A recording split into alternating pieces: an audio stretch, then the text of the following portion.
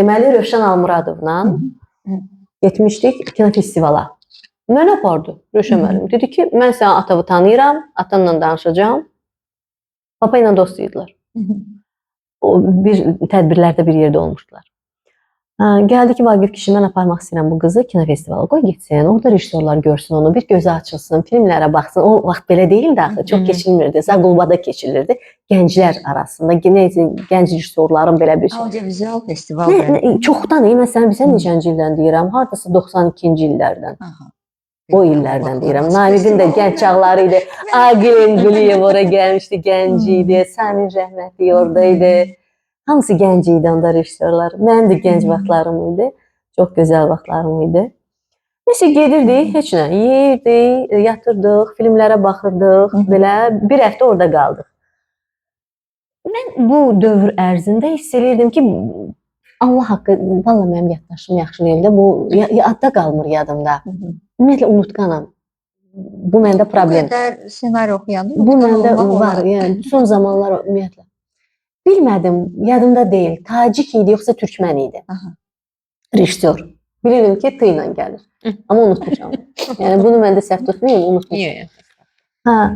Bu hiss edirdim ki, bir adam, deməli mən bu bir həftə burada qaldım. Bu bir həftə məndən gözünü çəkmədi də. Bu kişi bütün günü məni izləyirdi. Baxışları ilə. Mən bilmirdim.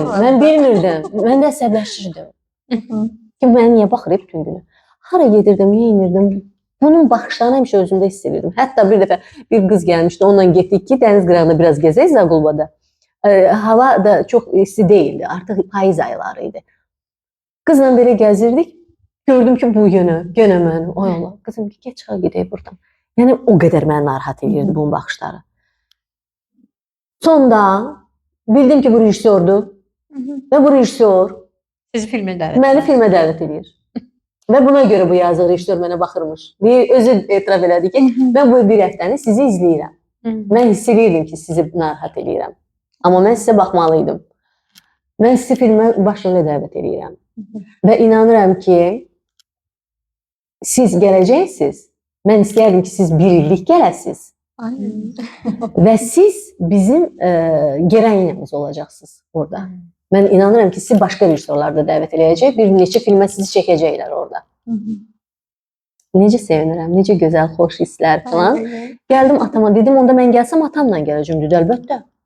Mən gəldim atama, dedim ki, papa, mən belə bir dəvət edirlər. Dedi, hə, gedərik. Atam onda razılaşdı, dedi, hə, gedərik. Bir yerdə gedərik. Gözlədim məktubdan. Dedi, biz məktub göndərəcəyik. Adresimi götürdü, teatrın adresini götürdü, kinostudiyanı götürdü. Və sizə məktub yazacağıq, dəvət eləyəcəyik. Bizim məktubumuzu gözləyin. Xəbər çıxmadı.